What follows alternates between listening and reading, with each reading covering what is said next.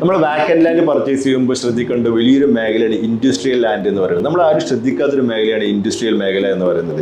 നമുക്കറിയാം ഇൻഡസ്ട്രിയൽ ഏരിയകളിൽ പോയി നല്ലൊരു ലാൻഡ് പർച്ചേസ് ചെയ്ത് ഹോൾഡ് ചെയ്ത് വെച്ച് 2-3 വർഷം പോയി കഴിഞ്ഞാൽ നല്ല രീതിയിലുള്ള ഒരു റീസെയിൽ വാല്യൂ കിട്ടും എന്നുള്ളതാണ്.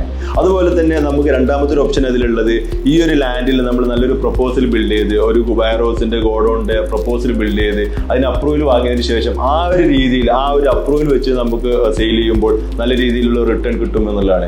അതുപോലെ തന്നെ അതേ പ്ലാൻ പ്രകാരം നമുക്ക് കൺസ്ട്രക്ഷൻ ചെയ്തതിന് ശേഷം അതിൽ നല്ലൊരു റെന്റൽ ഇൻകം ആക്കി ആ ഒരു ROI കാണിച്ചുകൊണ്ട് നമുക്ക് ആ ഒരു ലാൻഡിനെ സെയിൽ ചെയ്യാൻ പറ്റിക്കഴിഞ്ഞാൽ നല്ല രീതിയിലുള്ള ഒരു പ്രോഫിറ്റ് നമുക്ക് അതിൽ ബിൽഡ് ചെയ്യാൻ പറ്റും എന്നുള്ളതാണ്. ഇത്തരത്തിൽ ആരും ശ്രദ്ധിക്കാത്തൊരു മേഖലയാണ് ഈ ഒരു ഇൻഡസ്ട്രിയൽ ലാൻഡ് എന്ന് പറയുന്നത്. നമ്മൾക്ക് എപ്പോഴും കാഴ്ചയിൽ കാണുന്നത് ഫ്ലാറ്റ്, വില്ല പ്രൊജക്റ്റുകൾ, റിസോർട്ടുകൾ എന്നുള്ള രീതിയിലുള്ള നമ്മൾ കാഴ്ചയിൽ കാണുന്നതിൽ മാത്രമല്ല പ്രോഫിറ്റ്.